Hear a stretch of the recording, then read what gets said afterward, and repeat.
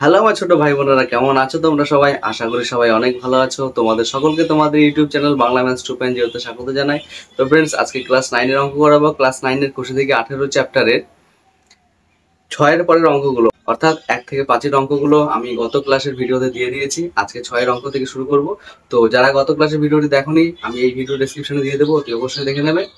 আর যারা নতুন আসছে তারা অবশ্যই চ্যানেলটিকে সাবস্ক্রাইব করে পাশে থেকো। তো চলো শুরু করা যাক। তো দেখো বন্ধুরা, 6 অঙ্কটা বলেছে যে দুটি বৃত্তের অনুপাত দেওয়া আছে, দুটি বৃত্তের ব্যাসার্ধের অনুপাত দেওয়া আছে যে 4:5, ব্যাসার্ধের দৈর্ঘ্যের অনুপাত দেওয়া আছে। তাহলে তার আগে একটু জেনে নিই, আরেকবার আগের ক্লাসে আমি যদি আলোচনা করেছি, আবার আরেকটু আলোচনা করে নিই। বৃত্ত ব্যাসার্ধ কোনটাকে বলে? এটা যদি বৃত্ত হয়, কেন্দ্র থেকে পরিধি পর্যন্ত যে সরল রেখাটা সেটাকে বলা হচ্ছে ব্যাসার্ধ। তাহলে এটাকে আমরা আর ধরি। তাহলে দুটো ব্যাসার্ধ মিলে কি হয়? এটাও আর এটাও আর, তাহলে দুটো ব্যাসার্ধ মিলে হয় 2r, দুটো আর মিলে 2r হয়। তাহলে এই 2rটাকে কি বলা হয়? ব্যাস বলা। 2rটাকে ব্যাস বলা। তাহলে ব্যাসার্ধ মানে কি? ব্যাসের অর্ধেক, তাই তো? ব্যাসের অর্ধেক হলো ব্যাসার্ধ, বোঝা গেছে? তো সেই ব্যাসার্ধের অনুপাত দেওয়া আছে। তো কি বার করতে বলেছে? বলছে ক্ষেত্রফলের অনুপাত কত। আচ্ছা, ক্ষেত্রফল মানে কি? ক্ষেত্রফল মানে হচ্ছে পাই আর স্কয়ার, যেখানে পাইটাকে কি ধরা হয়? 22/7। এখানে দেখো ব্যাসার্ধের অনুপাত দিয়েছে, এইখানে আটটাকে বলা হয় ব্যাসার্ধ। অর্থাৎ তুমি যে ডাইরেক্ট এই ব্যাসার্ধের অনুপাতকে ধরেই যদি ক্ষেত্রফলের অনুপাত ডাইরেক্ট করি তবুও হবে। ঠিক আছে? কিরকম দেখো, বলেছে ব্যাসার্ধের অনুপাত, সুতরাং বৃত্তের ক্ষেত্রফলের অনুপাত, ক্ষেত্রফলের অনুপাত ডাইরেক্ট যদি আমরা করি, তাহলে দেখো ব্যাসার্ধ 4 দিয়েছে, তা আমরা 4ই ধরলাম। তাহলে ব্যাসার্ধকে 4 ধরে কি হবে? পাই আর স্কয়ার। ঠিক আছে? আর এখানে পাই 5 স্কয়ার। আচ্ছা দেখো, এখানে যেহেতু ব্যাসার্ধ 4, আমরা অনুপাতে কখন প্রকাশ করি? মনে করো 12 আর 9 এর অনুপাত বার করছি। তাহলে 12 একটা সংখ্যা, 9 একটা সংখ্যা, এদের অনুপাত বার করছি। তাহলে অনুপাত মানে কি? যে দুটো উৎপাদক দুটোর মধ্যে থাকে সেটা কেটে দিতে হয়।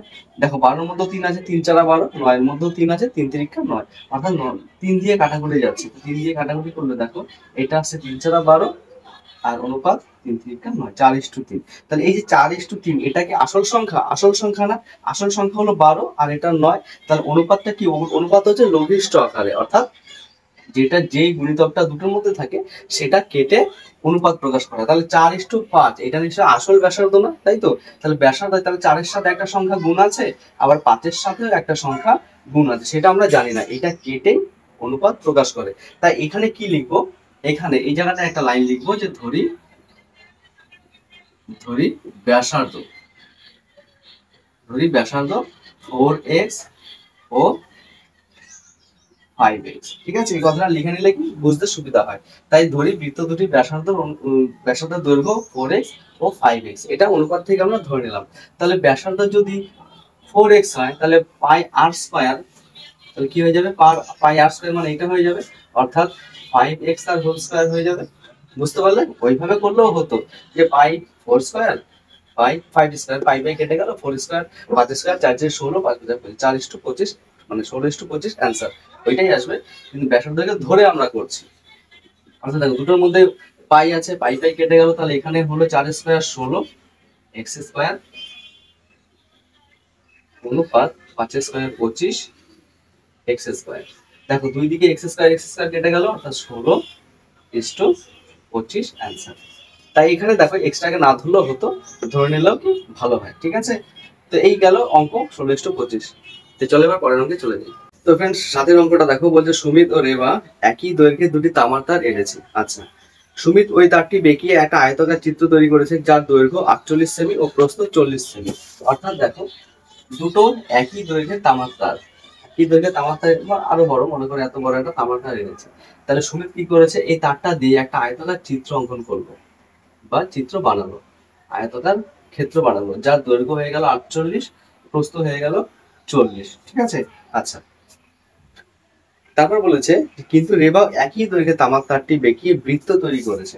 এবার রেবা কি করেছে? এটা দিয়ে একটা বৃত্ত তৈরি করেছে। কেমন? তো বলেছে হিসাব করে দেখি সুমিতের তৈরি আয়তাকার চিত্র এবং রেবার তৈরি বৃত্তাকার মধ্যে কোনটি বেশি জায়গা জুড়ে থাকবে। তাহলে দেখো এইটা হচ্ছে আয়তাকার চিত্র, একই কিন্তু তার, একই তার মানে কি? এই যে দৈর্ঘ্যটা, এখান থেকে যে এতটা দৈর্ঘ্য, এটা দুটোরই সমান। এই দৈর্ঘ্য দিয়ে একটা আয়তাকার চিত্র অঙ্কন করেছে, আবার এই দৈর্ঘ্যটা দিয়ে একটা বৃত্ত চিত্র অঙ্কন করেছে বা বৃত্ত বানিয়েছে, তার দিয়ে বানিয়েছে। তো দেখো এই যে বাইরের যে দৈর্ঘ্যটা মানে সীমানাটা পেলো, এটা নিশ্চয়ই পরিসীমা, এটা হলো পরিসীমা। তাহলে আয়তাকার চিত্রের পরিসীমা হচ্ছে এইটা, আর বৃত্তাকার চিত্রের পরিসীমা এটা, তাই তো? আচ্ছা, তাহলে পরিসীমা দুটোরই সমান হবে। পরিসীমা মানে বাইরে কতটা তার লেগেছে, বানাতে কতটা তার লেগেছে, এটা হচ্ছে তার পরিসীমা। তাহলে এই আয়তাকার ক্ষেত্রের পরিসীমা বার করবো, বৃত্তাকার ক্ষেত্রেরও সেটাই পরিসীমা বেরোবে, তাই তো? তাহলে প্রথমে লেখো যে আয়তাকার চিত্রের দৈর্ঘ্য 48 সেমি, প্রস্থ 40 সেমি। তাহলে দৈর্ঘ্য প্রস্থ ধরে আমি কি বার করবো? পরিসীমা বার করবো। তাহলে আয়তাকার চিত্রের পরিসীমা সূত্র কি? আমরা জানি 2 গুণ দৈর্ঘ্য যোগ প্রস্থ, এটা হচ্ছে আয়তাকার চিত্রের পরিসীমার সূত্র। তাহলে এখানে দৈর্ঘ্য জানি প্রস্থ জানি, তাহলে কত হবে? 2 গুণ 48 যোগ 40 সেমি, তাহলে কত হচ্ছে? 8 4 4 8 88 সেন্টিমিটার, অর্থাৎ 16-17 সেন্টিমিটার। তাহলে আয়তাকার চিত্রের বা ক্ষেত্রের পরিসীমা পেয়ে গেলাম। এই পরিসীমাটাই হচ্ছে বৃত্তাকার চিত্রের পরিসীমা। তাহলে বৃত্তাকার চিত্রের পরিসীমা কি? 2 পাই আর, অর্থাৎ লিখতে পারি সুতরাং 2 পাই আর সমান সমান 176, তাই তো? কারণ এই পরিসীমাটা যা, এটাও তাই, একই তো তার দিয়ে বানিয়েছে দুটো জিনিস, এটা আয়তাকার হয়ে গেছে, এটা বৃত্তাকার হয়ে গেছে, তাহলে পরিসীমা তো একই থাকবে। 2 পাই আর সমান সমান 176। তাহলে 8টা কি এখানে? 8টা এখানে বৃত্তের ব্যাসার্ধ, অর্থাৎ এখানে লিখে নেব, ধরি বৃত্তাকার ক্ষেত্রের ব্যাসার্ধ আর সেন্টিমিটার। তাহলে 2 পাই আর কি হয়ে যাবে? 176 হয়ে যাবে। তাহলে এখান থেকে আর এর মান বার করো, কি হবে?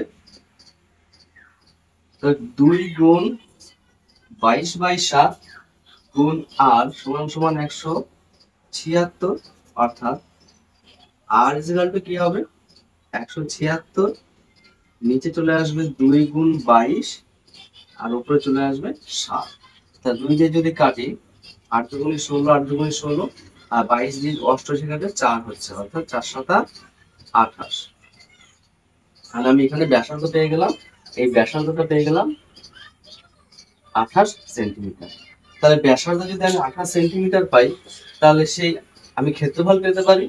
তবে এখানে বলেছে দুটো আয়তাকার আর বৃত্তাকার, বলছে কোন ক্ষেত্রে জায়গা বেশি লেগেছে। ঠিক আছে, জায়গা বলতে এখানে ক্ষেত্রফল বার করতে বলেছে। তাহলে এখানে কি বার করব? যে আয়তাকার চিত্রের আয়তাকার ক্ষেত্রের ক্ষেত্রফল কি হবে? দৈর্ঘ্য গুণ প্রস্থ, 48 গুণ 40 সেন্টিমিটার স্কয়ার বা বর্গ সেন্টিমিটার। তাহলে গুণ করো, 4 8 32, হাতে 3, 4 16 আর 3 17 বর্গ সেন্টিমিটার। এবার বৃত্তাকার চিত্রের বা বৃত্তাকার ক্ষেত্রের ক্ষেত্রফল বার করব।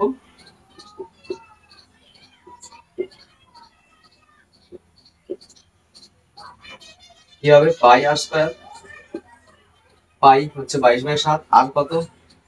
28, তাহলে 28 গুণ 28 সেন্টিমিটার স্কয়ার, 7 দিয়ে কাটলে 4 7 28, 4 দুগুণে 8 আর এখানে 28, গুণ করো। ঠিক আছে, 4 দিয়ে 22 গুণ করলাম 88 পেলাম, গুণ করো।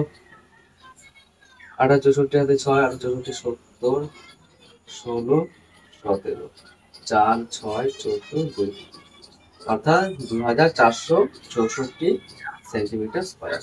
তাহলে দেখো এখানে ক্ষেত্রফল 2400 সেন্টিমিটার আর এখানে ক্ষেত্রফল 1720 সেন্টিমিটার। তাহলে কে বেশি জায়গা জুড়ে দখল করেছে? অবশ্যই বৃত্তাকার ক্ষেত্রটি। তাহলে বৃত্তাকার ক্ষেত্রটি এখানে বেশি জায়গা জুড়ে দখল করে আছে।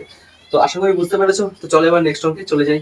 তো দেখো বন্ধুরা, 8এর অঙ্কটা বলেছে যে পাইওনিয়ার অ্যাথলেটিক ক্লাবের আয়তাকার মাঠের মাঝখানে একটি বৃত্তাকার জলাশয় আছে। অর্থাৎ এই একটা আয়তাকার মাঠ আছে, এই মাঠের মাঝখানে একটা বৃত্তাকার জলাশয় আছে, যে জলাশয়ের ব্যাসার্ধ দিয়ে দিয়েছে 14 মিটার। আচ্ছা, তো এই আয়তাকার মাঠটির বলেছে দৈর্ঘ্য 60 মিটার, প্রস্থ 42 মিটার।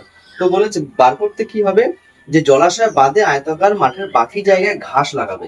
তাহলে এই যে বাকি জায়গা, এই জায়গাটুকুতে কি করবে, ঘাস লাগাবে। জলাশয় বাদে যে জায়গাটুকু আছে সেই জায়গাটুকুর মধ্যে ঘাস লাগাবে। তাহলে ঘাস লাগাবে, তার মানে কি এইটুকুনি জায়গার ক্ষেত্রফল বার করতে বলেছে, জলাশয় বাদে ক্ষেত্রফল বার করতে বলেছে। এই ক্ষেত্রফল বলেছে যে প্রতি বর্গ মিটারে 75 টাকা খরচ হয়। তাহলে ঘাস লাগাতে কত টাকা খরচ হবে। তাহলে এই যে এই ক্ষেত্রাকার জায়গাটিতে ঘাস লাগাবে, অর্থাৎ এর ক্ষেত্রফলটাকে বার করতে হবে।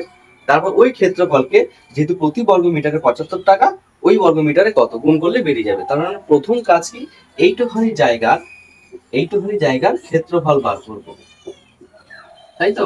তাহলে কি করে বার করবে সেটা আগে একটু বোঝো। দেখো পুরো আয়তকার যে জায়গাটা, এই ক্ষেত্রফলটা বার করলে আমি পুরো বড় ক্ষেত্রফলটা পেয়ে গেলাম। এই বড় ক্ষেত্রফলটা থেকে আমি যদি কতটা জলাশয় রয়েছে সেই জলাশয়টা বাদ দিয়ে দিই, তাহলে তো আমি এখানে পেয়ে যাবো। মনে করো এটা একটা আয়তাকার রুটি, রুটির মধ্যে আমি একটা গ্লাস বসিয়েছি, জোরে চাপ দিই, তাহলে গ্লাস বসিয়ে ওই রুটিটা মাঝখানে অংশটা উঠে চলে আসবে। তাহলে বাকিটুকু পড়ে রইলো এইটুখানি, তো সেইটুখানি ক্ষেত্রফল বার করতে হবে। তাহলে কি করে বার করবো, আয়তাকার জমির ক্ষেত্রফল থেকে বৃত্তাকার জলাশয়ের ক্ষেত্রফল বিয়োগ করলে পেয়ে যাবো। তো প্রথমে সেটা বার করবো।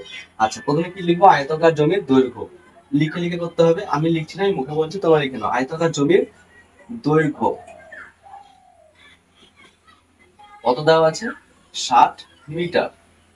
প্রস্থ কত দেওয়া আছে, 42 মিটার। অর্থাৎ আয়তাকার জমির ক্ষেত্রফল বার করো। দৈর্ঘ্য গুণ প্রস্থ বর্গ মিটার, অর্থাৎ মিটার স্কয়ার। তাহলে কত হচ্ছে, 6 দিয়ে গুণ করো, 6 দুগুণে 12, হাতে 1, 4 6 24, 25, আর শেষে একটা শূন্য, তাই তো। 6 দুগুণে 12, 6 4 24, হ্যাঁ, মিটার স্কয়ার বা বর্গ মিটার। বৃত্তাকার জলাশয়ের ব্যাসার্ধ কত দেওয়া আছে, 14 মিটার। অর্থাৎ বৃত্তাকার জলাশয়ের ক্ষেত্রফল বাই আর স্কয়ার, বর্গমিটার বা মিটার স্কয়ার। 7 দুগুণে 14, তাহলে কত হচ্ছে, এখানে হচ্ছে 44 আর 14 দিয়ে, তাই তো। তাহলে 4 14 56, হাতে 5, 4 14 56 আর 5 61, তাই তো। 56 60 61, অর্থাৎ 616 বর্গ মিটার। তাহলে দেখো আমি বৃত্তাকার জমিরও ক্ষেত্রফল পেয়ে গেলাম, আবার এদিকে আয়তাকার জমিরও ক্ষেত্রফল পেয়ে গেলাম। এবার আয়তাকার জমি থেকে বৃত্তাকার জমির ক্ষেত্রফল বিয়োগ করলে আমি বাকিটুকু অংশ পেয়ে যাবো, তাই তো। তার মানে কি, জলাশয় বাদে আয়তাকার মাঠের বাকি জায়গা। তাহলে লিখতে হবে জলাশয়, আমি মুখে বলছি তোমরা লেখো, জলাশয় বাদে আয়তাকার জমির বাকি অংশের ক্ষেত্রফল কি হবে, 2520 মাইনাস 616 বর্গ মিটার।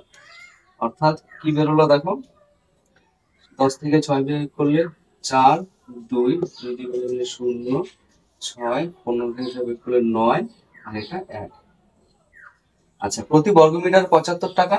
তাহলে কি, মোট খরচ কি লিখবো, যে মাঠের বাকি জায়গায় ঘাস লাগাতে প্রতি বর্গ মিটার 75 টাকা হিসেবে মোট খরচ হবে। ঠিক আছে, তাহলে মোট খরচ হবে কত, 1904 গুণ 75 টাকা।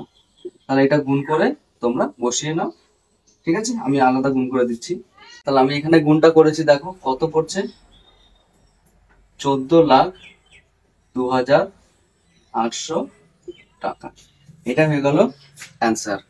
তো আশা করি বুঝতে পেরেছো। তো চলো এবার 9 অঙ্কে চলে যাই। তো দেখো ফ্রেন্ডস, এবার 9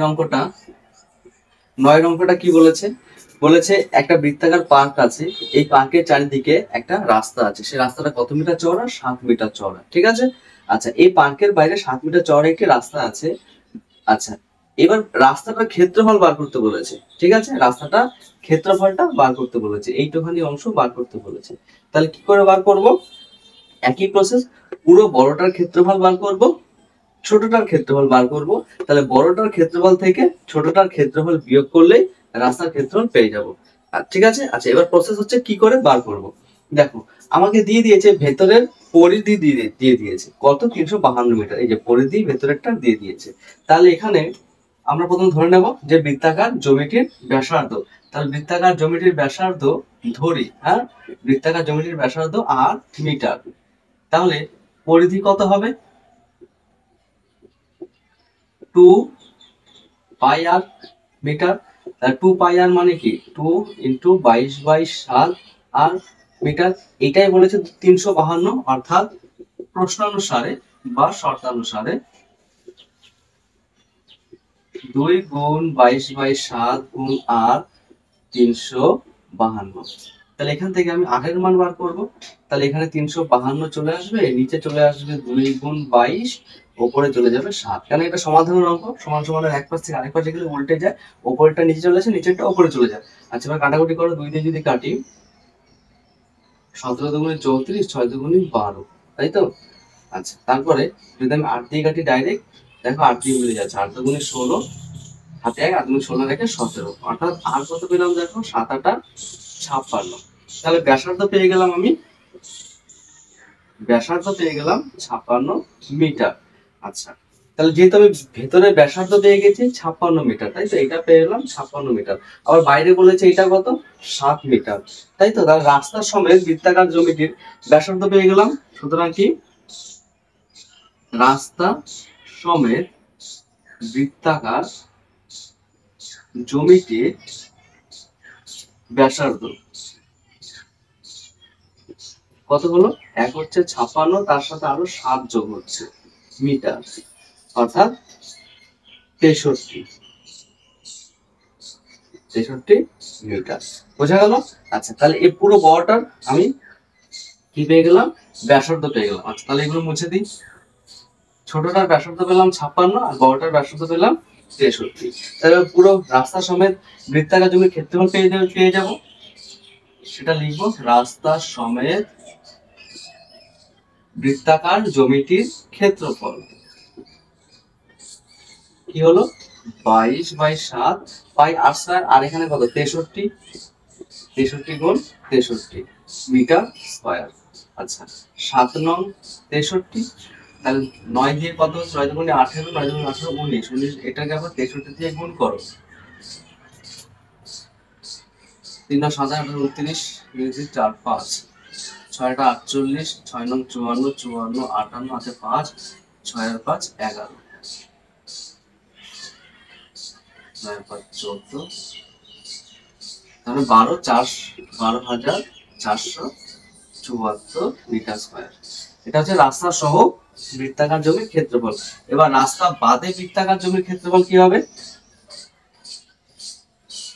রাস্তা বাদে বৃত্তাকার জমির ক্ষেত্রফল কি, সেটা পাই আর স্কয়ার, এটা হবে 56 মিটার স্কয়ার, তাহলে 7 8 56, অর্থাৎ কত হচ্ছে দেখো 8 দুগুণে 16, 8 দুগুণে 16 17, এটা দিয়ে 56 গুণ করো, 6 4 36, 6 7 42, 35 হাতে 4, 6 4 10, 5 6 30 হাতে 3, 5 7 35, 38, 5 5 8, 6 5 8 9, অর্থাৎ 9 8 5 6 মিটার স্কয়ার।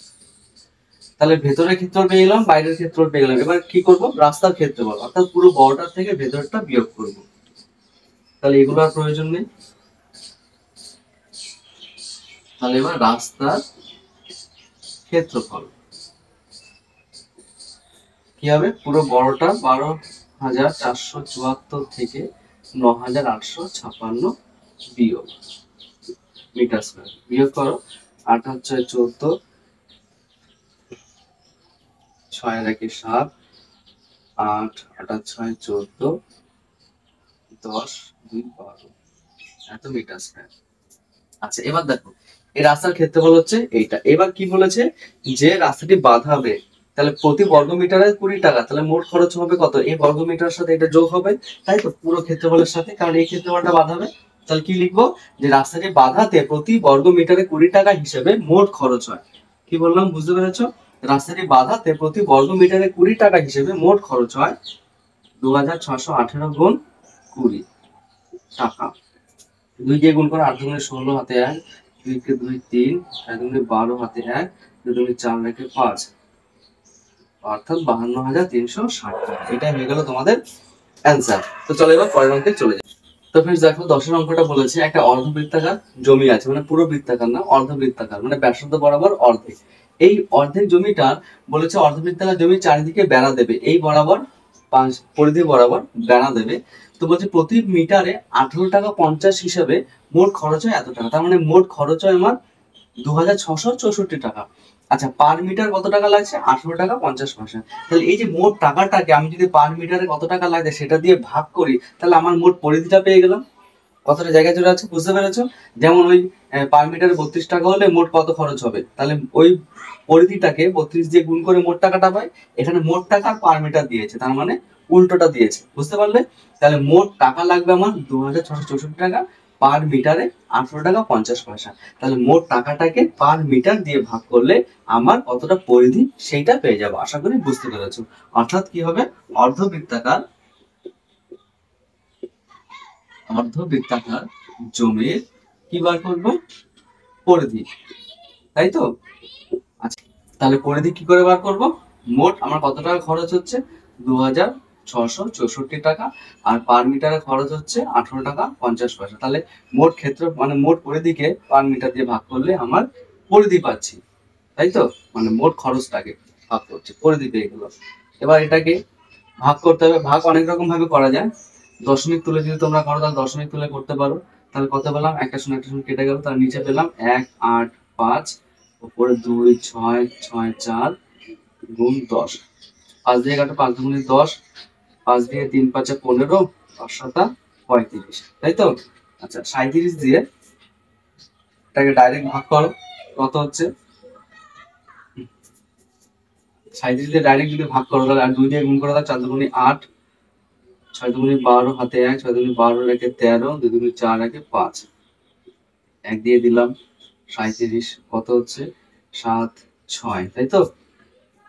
আর এখানে 4 5, 2 নামলো, কত দিয়ে যাচ্ছে? 3 5 15, 3 4 4 দিয়ে যাবে, 4 7 28, 3 4 12, তাহলে 14, হ্যাঁ 4 দিয়ে যাবে, 4 7 28 হাতে 2, 3 4 12 13 14, তাহলে 8 4 12, 5 রেখে 6 8, কত যাবে?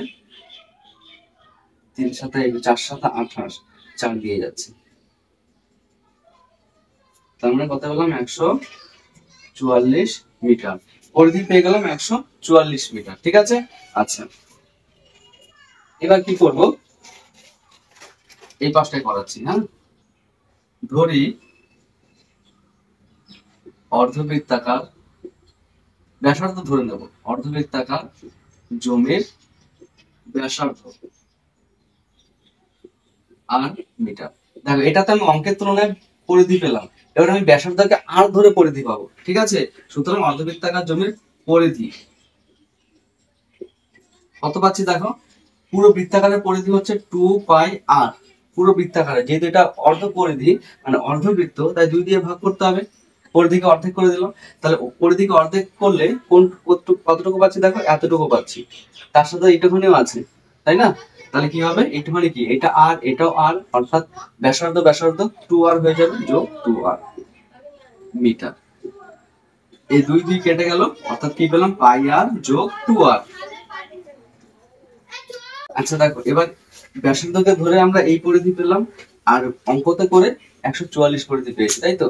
তাহলে এখানে এই দুটো পরিধি আমার সমান হবে, তাই তো? তাহলে এখানে এগুলো মুছে দিই।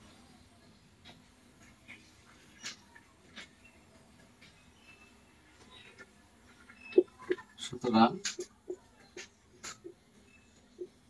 শর্তানুসারে এই পরিধি সমান সমান এই পরিধি, পাই আর যোগ 2r সমান সমান 144, ঠিক আছে? এবার এখান থেকে আমরা সমাধানের মাধ্যমে আর এর মান বের করে নেব। তাহলে আর এর মান বের করো। এখান থেকে আর কমন নিলে এখানে পড়ে রইল পাই, মানে 22/7 প্লাস 2 সমান সমান 144। তাহলে এখান থেকে আর ভেতরে যোগ করব, নিচে 7 22 7 দুগুণে 14 144, বা আর এটা ডাইরেক্ট করে দিচ্ছি, আর সমান সমান 144। এই পাশে কত আসলো? এই পাশে এটা গুণ আছে আর এর সাথে, ওই পাশে গেলে ভাগ হয়ে যাবে, অর্থাৎ 7 চলে যাবে উপরে, আর উপরটা যোগ করে কত আসছে 4 আর 2 6, 2 আর 1 3, 36, নিচেটা চলে আসলো নিচে। আচ্ছা এটা দিয়ে কত করে যায়, 4 দিয়ে যাচ্ছে, দেখো 4 6 24, 3 4 12 13 14 4, অর্থাৎ আর কত পেলাম 4 7 28। তাহলে দেখো আমি ব্যাসার্ধ পেয়ে গেলাম 28 মিটার। আচ্ছা এবার আমাকে বার করতে বলেছে প্রতি বর্গ মিটারে 32 টাকা খরচ হয়, তাহলে যে প্রতি বর্গ মিটার 32 টাকা হিসেবে চাষ করান, তাহলে মোট কত টাকা খরচ হবে। অর্ধবৃত্তাকার জমিটিকে বর্গ মিটার মানে ক্ষেত্রফল, এটার ক্ষেত্রফলের মধ্যে চাষ করবে এই জায়গাটার মধ্যে, তার মানে এই অর্ধবৃত্তাকার জমিটির ক্ষেত্রফল বার করতে হবে। আমি ব্যাসার্ধ পেয়ে গেলাম, অর্থাৎ এবার আমি কি বার করব, ক্ষেত্রফল বার করব।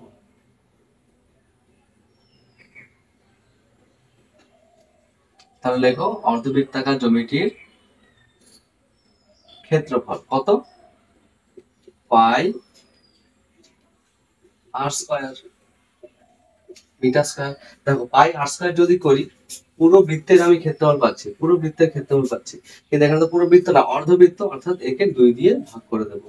তাহলে দেখো এইদিকে কাটলে 4 7 28, এই নিচে আবার 2 আছে, 2 দুগুণে 4, তাই তো, অর্থাৎ কত পাচ্ছি এদিকে 44 আর এদিকে 28, গুণ করো 4টা 32, 4টা 32 35, 4 দুগুণে 8, 4 দুগুণে 8, 2 8 5 13, 8 5 4 12, 1232 বর্গ মিটার বা মিটার স্কয়ার। এবার বলছে পার বর্গ মিটারে আমার কত 32 টাকা খরচ হয়, তাহলে আমার কত বর্গ মিটার চাষ করবে 1232, তাহলে মোট খরচ কত, এই বর্গ মিটারকে 32 দিয়ে গুণ করবো, কেন পার বর্গ মিটার বলছে প্রতি বর্গ মিটারে 32 টাকা, তাহলে কি লিখবো যে অর্ধবৃত্তাকার জমিটি চাষ করাতে প্রতি বর্গ মিটারে 32 টাকা হিসেবে মোট খরচ হয়। তাহলে কি হবে 1232 গুণ 32 টাকা, একে আবার গুণ করো 32 দিয়ে, 2 দুগুণে 4, 3 দুগুণে 6, 12 দুগুণে 24, 3 দুগুণে 6, 3 3 9, 3 12 36, 4 6 6 12 হাতে 1, 14 হাতে 1, 6 7 8 9, মানে 39,424 টাকা। তো এটা হয়ে যাবে আমাদের অঙ্কের উত্তর। তো ফ্রেন্ডস আজকে 10 পর্যন্ত অঙ্ক দেবো, বেশি ভিডিও বড় করবো না, তাহলে তোমাদেরও বোরিং লাগবে। তো আবার পরের অঙ্ক পরের ভিডিওতে দিয়ে দেবো। আশা করি ভিডিওটি খুব ভালো লেগেছে, যদি ভালো লাগে তো অবশ্যই চ্যানেলটিকে সাবস্ক্রাইব করে পাশে থাকবে, আর তোমার বন্ধুদের সাথে ভিডিওটা শেয়ার করে দেবে। তো আবার দেখা হচ্ছে নতুন একটি ক্লাস নিয়ে, নতুন একটি ভিডিও নিয়ে, ততক্ষণে ভালো থেকো, টাটা।